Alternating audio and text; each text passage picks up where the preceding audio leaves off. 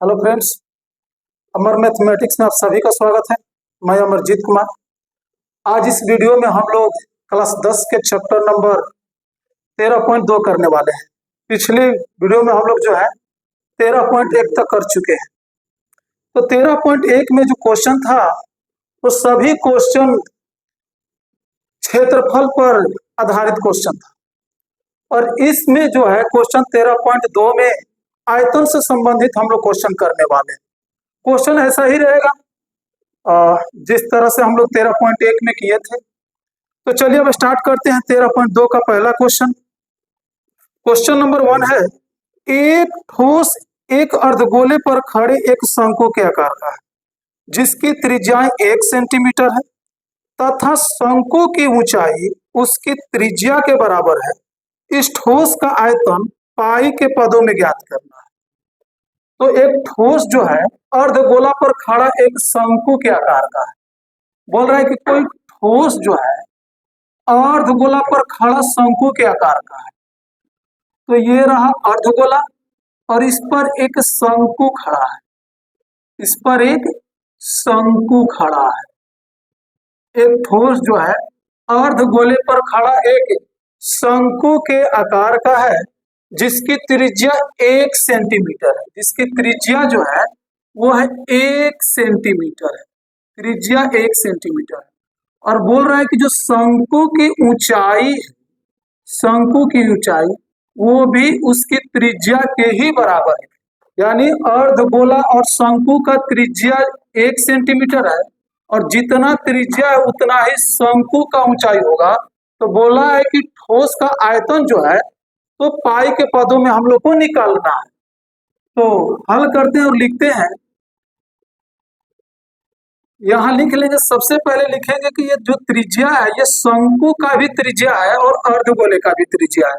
तो लिखेंगे शंकु की त्रिज्या बराबर अर्धगोले की त्रिज्या, अर्धगोले की त्रिज्या बराबर 1 सेंटीमीटर।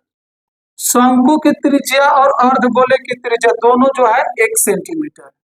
शंकु की जो ऊंचाई है, शंकु की ऊंचाई जो है वो उसकी त्रिज्या के बराबर है। यानी जितना त्रिज्या है उतना ही शंकु के ऊंचाई है। तो शंकु का ऊंचाई जो हुआ 1 सेंटीमीटर हुआ। अब हम निकालेंगे ठोस का आयतन। ठोस का आयतन ध्यान से देखिएगा, ठोस का जो आयतन होगा, ठोस का आयतन हम लोग कैसे निकालेंगे, ध्यान से देखिए। ठोस का जो आयतन होगा वो होगा अर्धगोले का आयतन अब प्लस में ये शंकु का आयतन।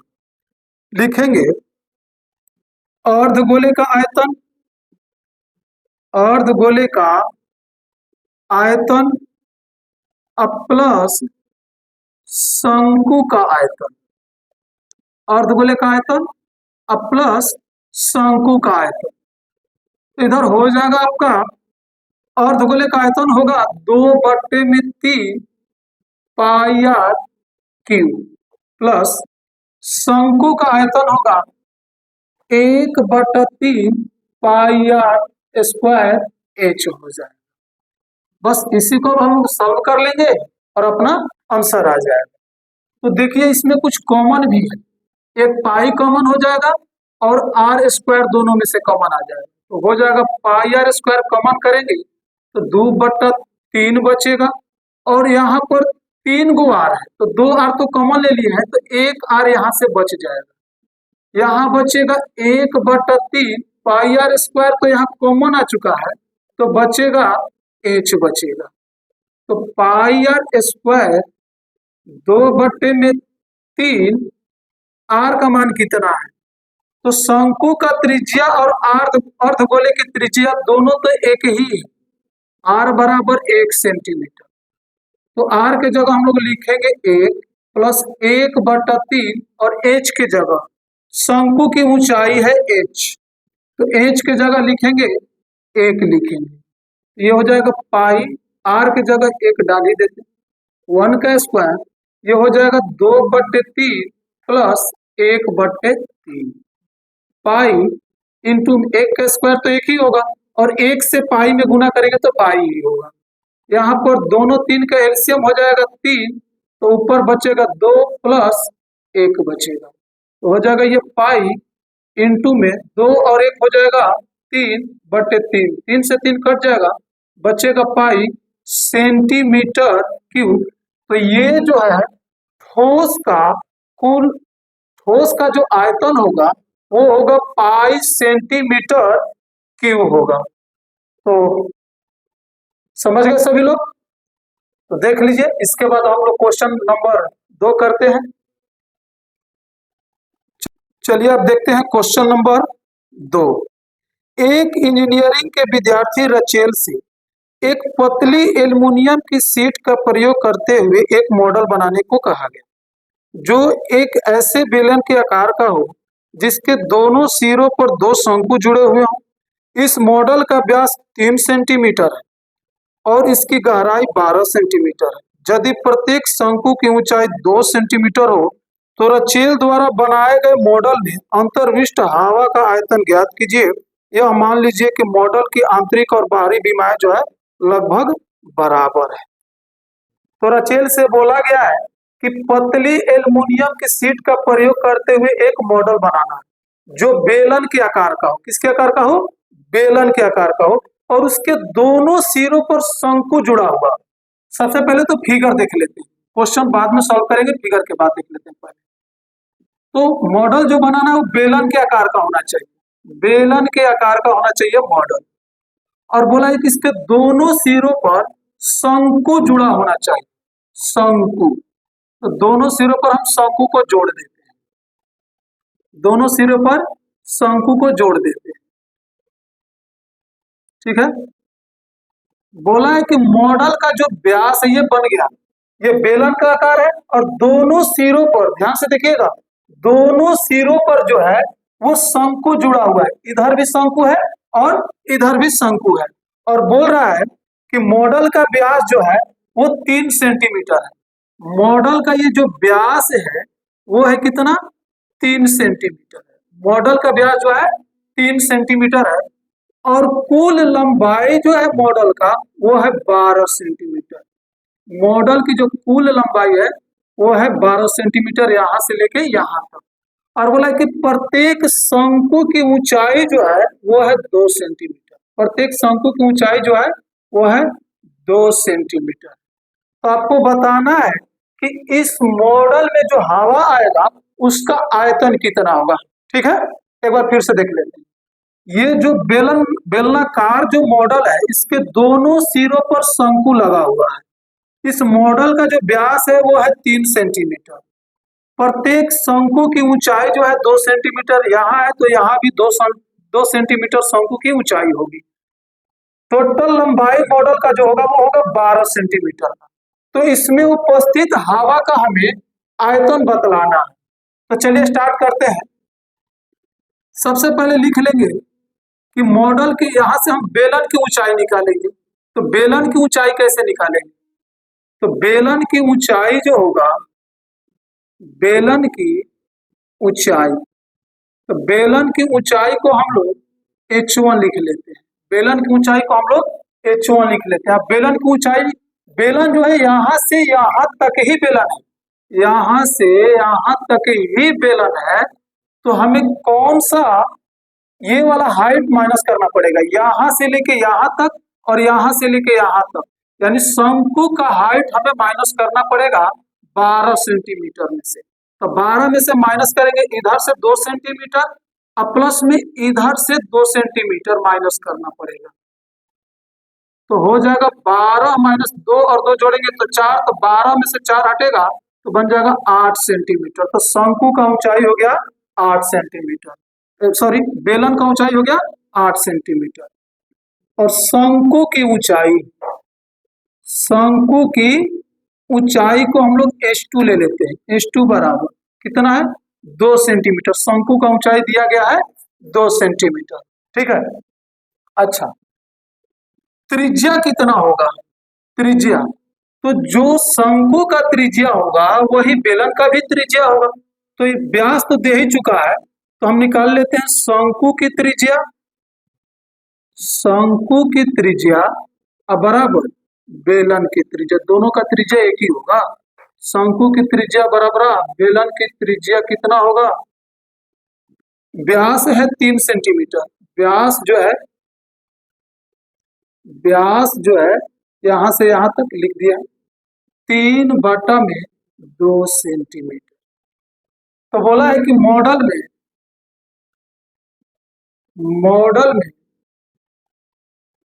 अंतर्विष्ट हवा का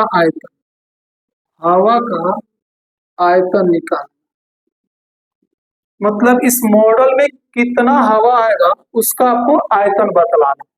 तो हो जाएगा बेलन का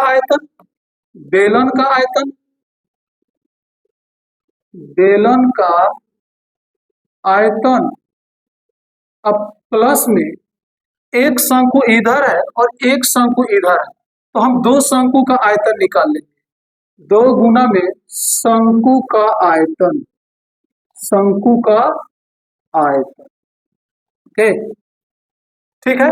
अब बेलन का आयतन निकाल लेंगे और दो शंकु का आयतन निकाल करके, दो शंकु क्यों, क्योंकि एक शंकु इधर है और एक शंकु इधर है, तो एक शंकु का आयतन, दोनों शंकु तो सेम ही है, तो एक शंकु का आयतन निकाल के 2 से गुना करेंगे तो दोनों शंकु का आयतन निकल जाएगा।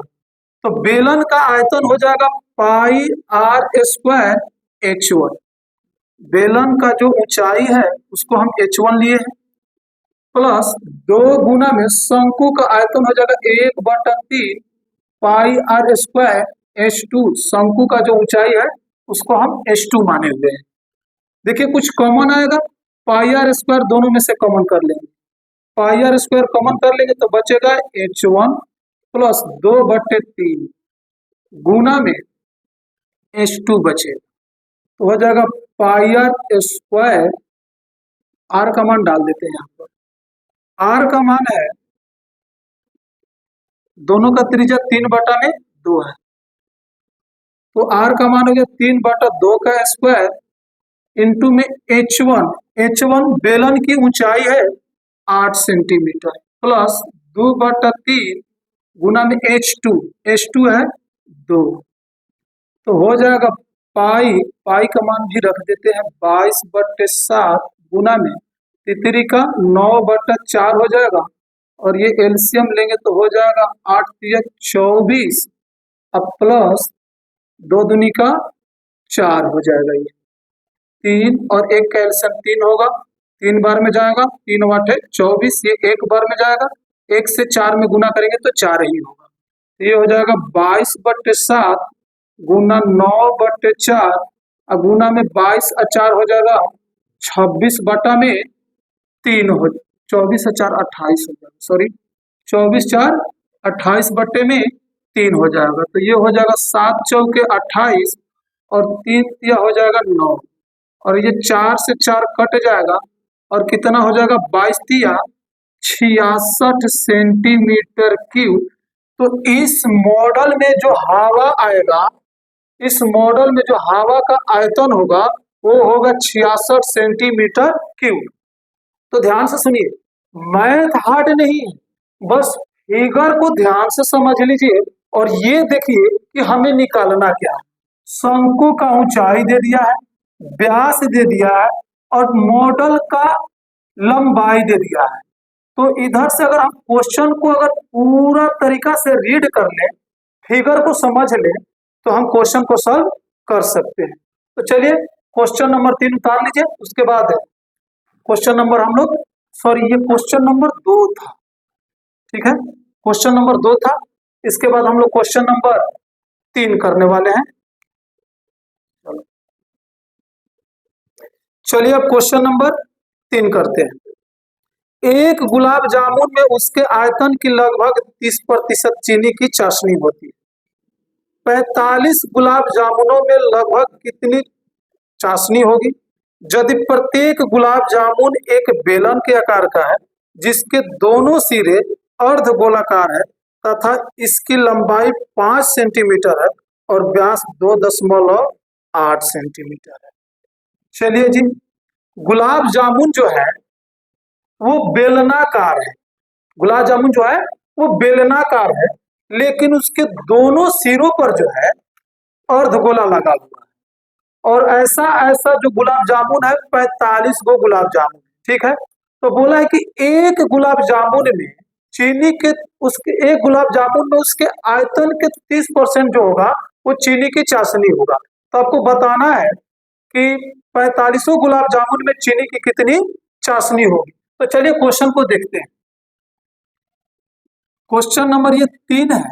बोला कि एक गुलाब जामुन है, गुलाब जामुन जो बेलन के आकार का है, जो बेलन के आकार का है, गुलाब जामुन जो है बेलन के आकार का है, जिसके दोनों सिरों पर अर्धगोला लगा हुआ है, जिसके दोनों सिरों पर अर्धगोला लगा हुआ है। और बोला है कि इसका जो ये व्यास है वो है 5 सेंटीमीटर। व्यास जो है 5 सेंटीमीटर, व्यास जो है वो 5 सेंटीमीटर, व्यास 5 ही सेंटीमीटर है शायद। हाँ, नहीं, लंबाई 5 सेंटीमीटर है, सॉरी। लंबाई जो है गुलाब जामुन की लंबाई जो है वो है 5 सेंटीमीटर, ठीक है। और व्यास जो है यानी कि डी बराबर जो है वो है 2.8 सेंटीमीटर है। गुलाब जामुन का व्यास जो है 2.8 सेंटीमीटर है। तो ध्यान से देखिएगा, यहां से लेके यहां तक आपका बेलन होगा, यहां से लेके यहां तक जो होगा वो आपका बेलन होगा। तो बेलन की ऊंचाई हम लोग कैसे निकालेंगे? तो सबसे पहले हम लोग लिखते हैं कि ये जो अर्धगोला का जो बेलन और अर्धगोला का जो व्यास है वो 2.8 सेंटीमीटर। पहले इसको कर लेते हैं कि बेलन का व्यास, बेलन का व्यास बराबर अर्धगोले का व्यास, अर्धगोले का व्यास बराबर दिया है 2.8 सेंटीमीटर। ये जो व्यास है वो अर्धगोला का भी होगा और बेलन का भी व्यास होगा, ठीक। अब आगे तो जो त्रिज्या होगा वो दोनों का भी एक ही होगा। तो बेलन की त्रिज्या, बेलन की त्रिज्या बराबर अर्धगोले की त्रिज्या, अर्धगोले की त्रिज्या जो होगी वो 2.8 बटा में 2 बराबर 1.4 सेंटीमीटर। दोनों का त्रिज्या भी कितना होगा? 1.4 सेंटीमीटर। अब बेलन की ऊंचाई निकालेंगे। बेलन की ऊंचाई, बेलन की ऊंचाई निकालेंगे। ध्यान से देखिएगा बेलन की ऊंचाई कैसे निकाल रहे हैं। बेलन की लंबाई जो होगी यहां से यहां तक ही होगी। तो बेलन की ऊंचाई कैसे निकालेंगे? टोटल लंबाई जो है गुलाब जामुन की वो है 5 सेंटीमीटर। तो सबसे पहले पता करें कि यहां से लेके यहां तक का डिस्टेंस क्या होगा, यानी कि अर्धगोले की ऊंचाई कितनी होगी। तो अर्धगोले की ऊंचाई कितनी होती है? तो अर्धगोले की जो ऊंचाई होती है वो उसकी त्रिज्या के बराबर होती है। अर्धगोले की ऊंचाई कितनी होती है? उसकी त्रिज्या के बराबर होती है। तो यहां से यहां अर्धगोले की त्रिज्या है और त्रिज्या कितना निकला? 1.4 सेंटीमीटर। तो टोटल ऊंचाई में से 5 में से माइनस करेंगे 1.4 प्लस इधर से 1.4 सेंटीमीटर कम होगा और इधर से भी 1.4 सेंटीमीटर कम होगा। तो टोटल हो जाएगा 5 माइनस 2.8 सेंटीमीटर कम होगा। तो 10 में से 8 घटेगा तो हो जाएगा 2 और 4 में से 2 घटेगा तो हो जाएगा 2 सेंटीमीटर। यानी बेलन की जो ऊंचाई होगी वो होगी 2.2 सेंटीमीटर। अब आगे देखते हैं। बोला है कि 45 गुलाब जामुन में चीनी की चाशनी कितनी होगी। तो सबसे पहले हम एक गुलाब जामुन का हम आयतन निकालेंगे, एक गुलाब जामुन का आयतन निकालेंगे तो हो जाएगा एक गुलाब जामुन का आयतन। एक गुलाब जामुन का आयतन कैसे निकालेंगे? तो बेलन का आयतन, बेलन का आयतन, बेलन का आयतन प्लस 2 अर्धगोले का आयतन। 2 अर्धगोला लगाया ना दोनों किनारे पर, तो 2 अर्धगोले का आयतन, 2 अर्धगोले का आयतन। ठीक है। तो बेलन का आयतन हो जाएगा पाई आर स्क्वायर एच। बेलन का आयतन का फॉर्मूला तो सभी को पता है, पाई आर स्क्वायर एच प्लस 2 गुना अर्धगोले का आयतन हो जाएगा 2/3 पाई आर क्यूब हो जाएगा। अगर दोनों में से कुछ कॉमन निकल रहा है तो पहले कॉमन कर लेते हैं। कॉमन क्या आएगा? पाई आर स्क्वायर कॉमन आ जाएगा, पाई आर स्क्वायर कॉमन कर लेंगे तो बचेगा एच प्लस 2 दूनी का 4/3 और एक आर बच जाएगा। पाई आर स्क्वायर कॉमन है ना, तो एक आर यहाँ पर बच जाएगा तो हो जाएगा पाई का मान ले लेते हैं 22/7। आर के जगह कितना रखेंगे? तो आर है 1.4 सेंटीमीटर। ये बेलन का भी त्रिज्या होगा और शंकु दोनों का त्रिज्या, सॉरी बेलन का त्रिज्या और अर्धगोले का त्रिज्या दोनों का त्रिज्या 1.4 सेंटीमीटर। तो आर के जगह लिखेंगे 1.4 का स्क्वायर इंटू में एच। एच है बेलन की ऊंचाई, बेलन की ऊंचाई है 2.2 प्लस 4/3 अगुना आर, त्रिज्या 1.4 सेंटीमीटर। त्रिज्या की जगह लिखेंगे 1.4। अब इसको 22/7 गुना में 14 का स्क्वायर करेंगे तो हो जाएगा 196। 2 अंक है ना, एक अंक बाद दशमलव है तो हो जाएगा 2 अंक बाद दशमलव हो जाएगा। ये हो जाएगा 2.2 प्लस 14 चौके हो जाएगा 56/3 हो जाएगा। ये कट जाएगा कितना बार में? 7 दूनी 14, 5 बचेगा तो हो जाएगा 7/56। तो 22 गुना 0.28 गुना में ये एलसीएम ले लेंगे तो कितना हो जाएगा?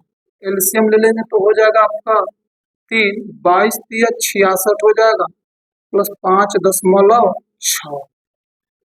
ये हो जाएगा 22 गुना 0.28 गुना 6 और 6 12, 6 5 11 1 12/3 सेंटीमीटर क्यूब। तो ये एक गुलाब जामुन का आयतन निकल गया। ठीक है, एक गुलाब जामुन का आयतन, इतना गुना करने की कोई जरूरत नहीं है अभी, क्योंकि आयतन तो पूछा है नहीं 4500 गुलाब जामुन, तो इसको अभी इतना ही छोड़ेंगे। अच्छा, बोला है कि एक गुलाब जामुन में इसके आयतन के 30% चीनी की चाशनी होगी। एक गुलाब जामुन में इसके आयतन का 30% चीनी की चाशनी होगी। तो एक गुलाब जामुन में, एक गुलाब जामुन में चीनी की चाशनी बराबर, एक गुलाब जामुन में चीनी की चाशनी बराबर हो जाएगी, यहीं पर लिख देते हैं 22 गुना 0.28 गुना 12.2/3 का 30%। ओके, तो अगर एक गुलाब जामुन में अगर चीनी की चाशनी निकालनी हो तो आयतन का हम 30% कर देंगे। ठीक है, ध्यान से सुनिए, यहाँ एक गुलाब जामुन में चीनी की चाशनी निकालनी है तो उसके आयतन का 30% कर देंगे। तो एक गुलाब जामुन में एक गुलाब जामुन में कितनी चीनी की चाशनी है वो निकल गया। हमें निकालना है 45 गुलाब जामुन। 45 गुलाब जामुन में चीनी की कितनी चाशनी होगी? तो एक गुलाब जामुन में उसके आयतन का 30% चीनी का चाशनी है, तो एक गुलाब जामुन में इतना चीनी का चाशनी होगा, तो 45 गुलाब जामुन में कितना होगा? 45 से गुना कर देते हैं और ये प्रतिशत का साइन हटा के नीचे लिख देते हैं कितना? 100। ध्यान से सुनिएगा, ये 45 को भी भूल जाइए। तो एक गुलाब जामुन में चीनी की चाशनी, एक गुलाब जामुन में चीनी की चाशनी कितनी होगी? तो टोटल आयतन का 30%, तो आयतन का 30% कर देंगे तो एक गुलाब जामुन में चीनी की इतनी चाशनी होगी, तो 45 गुलाब में कितनी चीनी की चाशनी होगी? तो 45 में गुना कर लेते हैं, बस इसी को कटा देंगे और आंसर आ जाएगा। तो काटते हैं, ये 1 0 से 1 0 हो जाएगा और 3 से ये 3 कट जाएगा और 5 से कट जाएगा 5 दूनी 10 और ये 5 से कट जाएगा 5 9 45, ये 2 से कट जाएगा 11 बार में, ये 45 गुलाब जामुन है आपका, 11 बार में कट जाएगा। तो बस अब इसी सबको गुना कर लेंगे तो आंसर आ जाएगा। तो 11 से 28 में गुना कर लेते हैं। 28 में गुना करते हैं 11 से, तो हो जाएगा 8, 8 दो 10, 2 और 1 3, हो जाएगा 308 गुना में ये 122 में 9 से गुना करते हैं, तो हो जाएगा 9 दूनी 18, 9 दूनी 18, 1 19, और ये हो जाएगा 9 1 10। एक अंक बाद इसमें दशमलव देना है और 2 अंक बाद इसमें दशमलव देना है, 3.08। अब ये दोनों का गुना कर लेते हैं, तो हो जाएगा 1098 और 308 से गुना करते हो जाएगा 8 8 64 के 4 6 हासिल हो जाएगा, 9 8 72, 6 78 के 8 हासिल 7 हो जाएगा। ये 0 ये तो हासिल ही रहेगा 7 और ये 8 हो जाएगा, 0 0 0 हो जाएगा, 3 8 24 हो जाएगा, 9 तिया 27 2 29 की 9 हासिल 2 हो जाएगा, ये 2 और ये 3, तो हो जाएगा टोटल ये हो जाएगा 4, ये 8, 7 4 हो जाएगा 11, 9 8 17 1 हो जाएगा 18, 2 1 हो जाएगा 3 और ये रहेगा 3, और दशमलव कितने अब अंक बाद देंगे, तो 1 अंक इसमें है और 2 अंक इसमें है, तो टोटल 3 अंक बाद दशमलव देंगे, तो 1 2 और 1 3, इतना सेंटीमीटर क्यूब जो होगा वो चीनी की चाशनी होगी। तो एक गुलाब जामुन का में चीनी की चाशनी कैसे निकालेंगे, उसके आयतन का 30% करेंगे, ठीक है। तो आयतन का 30% कर लेंगे तो एक गुलाब जामुन में चीनी की चाशनी निकल जाएगी, और 45 से गुना कर लेंगे तो 45 गुलाब जामुन में चीनी की चाशनी कितनी होगी, तो इतना सेंटीमीटर क्यूब चीनी की चाशनी होगी। देख लीजिए एक बार, बढ़िया से हट जाते हैं, उसके बाद क्वेश्चन नंबर 4 करते हैं। चलिए अब क्वेश्चन नंबर देखते हैं 4। एक कलमदान घनाभ के आकार की लकड़ी से बना है, जिसमें कलम रखने के लिए 4 शंक्वार गड्ढे बने हुए हैं। घनाभ की विमाएं 15 सेंटीमीटर, 10 सेंटीमीटर और 3.5 सेंटीमीटर। प्रत्येक गड्ढे की त्रिज्या 0.5 सेंटीमीटर है और गहराई 1.4 सेंटीमीटर है। पूरे कलमदान में लकड़ी का आयतन ज्ञात कीजिए। जी एक लकड़ी का टुकड़ा है जो घनाभ के आकार का, ध्यान से सुनिएगा, लकड़ी का टुकड़ा जो है घनाभ के आकृति का है और उस पर कलम रखने के लिए 4 शंक्वार गड्ढे खोदे गए। तो आपको बताना है कि 4 शंक्वार गड्ढे खोदने के बाद शेष कितनी लकड़ियां बचेगी, शेष लकड़ी का आयतन आपको बतलाना है। तो चलिए देखते हैं क्वेश्चन नंबर 4 का, कि एक घनाभ है, घनाभाकार लकड़ी है, और इस घनाभाकार लकड़ी में से 4 शंक्वार गड्ढे खोद लिए गए, 4 शंक्वार गड्ढे खोदे गए, ठीक है, 4 शंक्वार गड्ढे खोद लिए गए।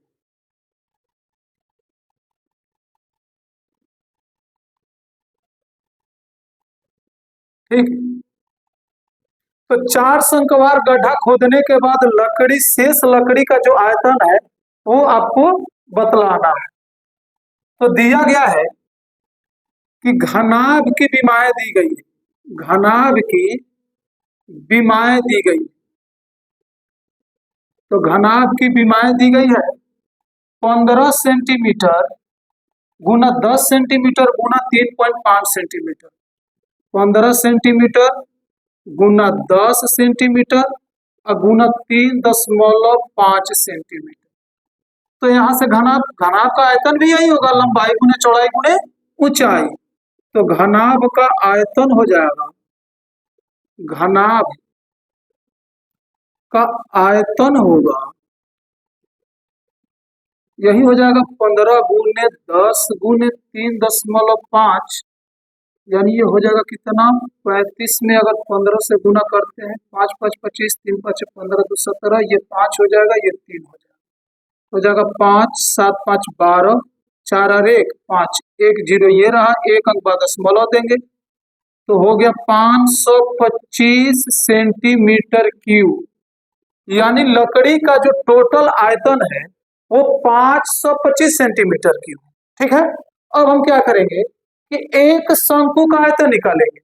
ठीक, एक शंकु का आयतन निकालेंगे और में 4 से गुना कर देंगे। ध्यान से सुनिएगा, एक शंकु का आयतन निकालेंगे और 4 से गुना कर देंगे तो चारों शंकु का आयतन निकल जाएगा और उसको हम घनाभ के आयतन में से घटा लेंगे तो शेष लकड़ी का आयतन बच जाएगा। तो चलिए एक शंकु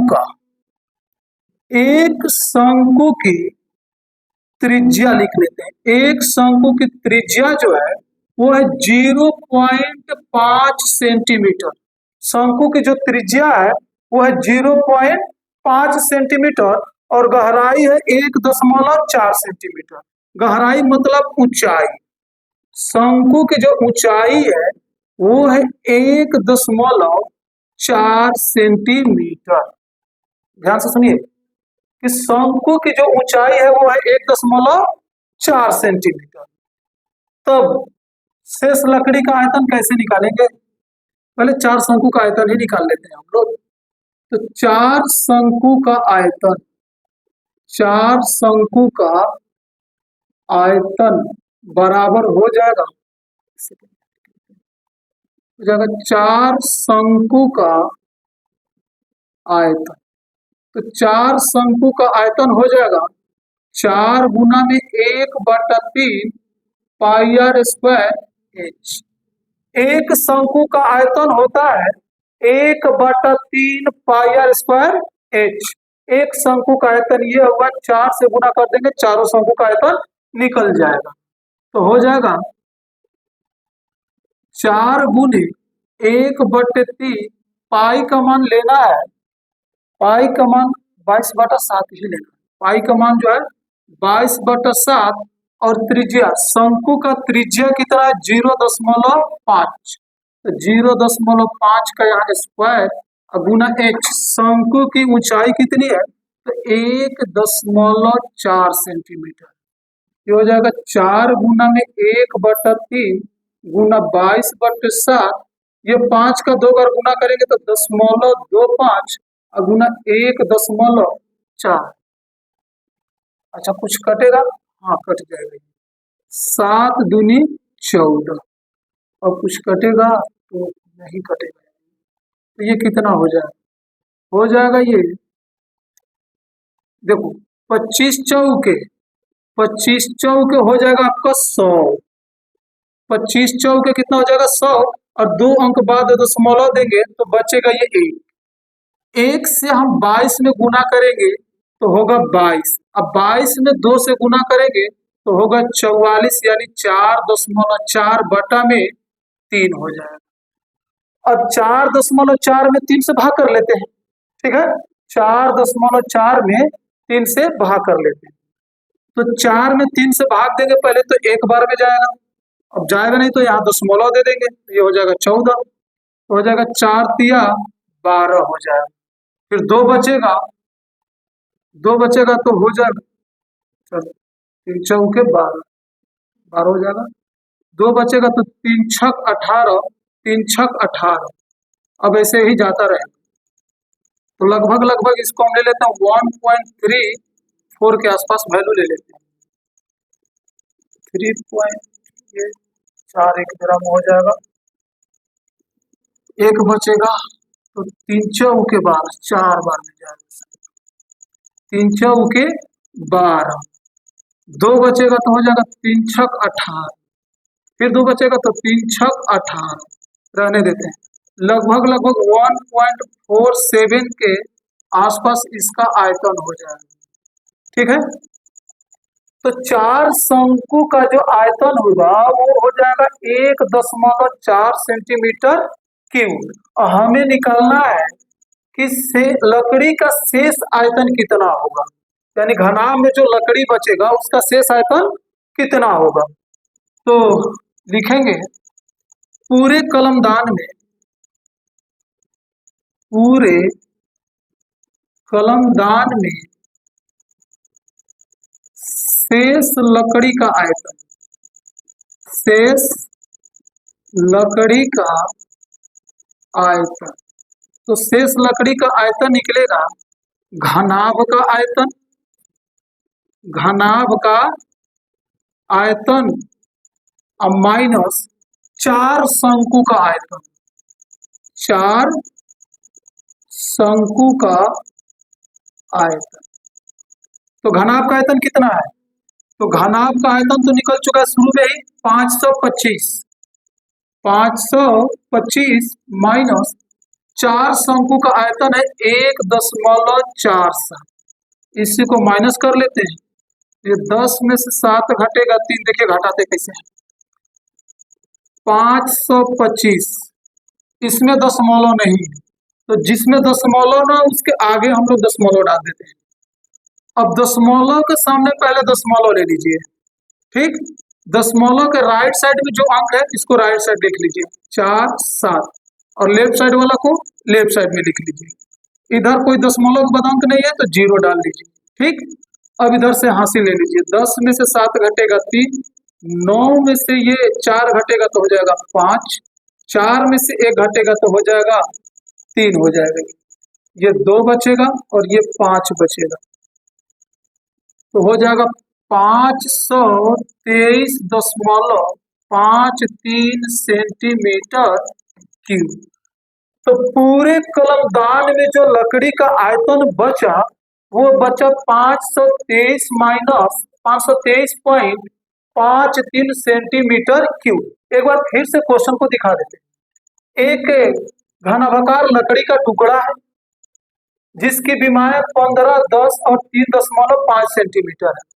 तो पूरे कलमदान का जो आयतन हुआ वो 525 सेंटीमीटर क्यूब, और बोला कि इसमें 4 शंकवार गड्ढे खोदने हैं कलम रखने के लिए। तो 4 शंकवार गड्ढा खोदा जाएगा तो उसके बाद शेष लकड़ी का आयतन कितना होगा, तो कैसे निकालेंगे? तो पूरे कलमदान के आयतन में से, यानी कि घनाभ के आयतन में से 4 शंकु का आयतन निकाल करके उसको माइनस कर लेंगे तो शेष लकड़ी का आयतन निकल जाएगा। तो क्वेश्चन नंबर भी 4 कंप्लीट हो गया, ठीक है। इसके बाद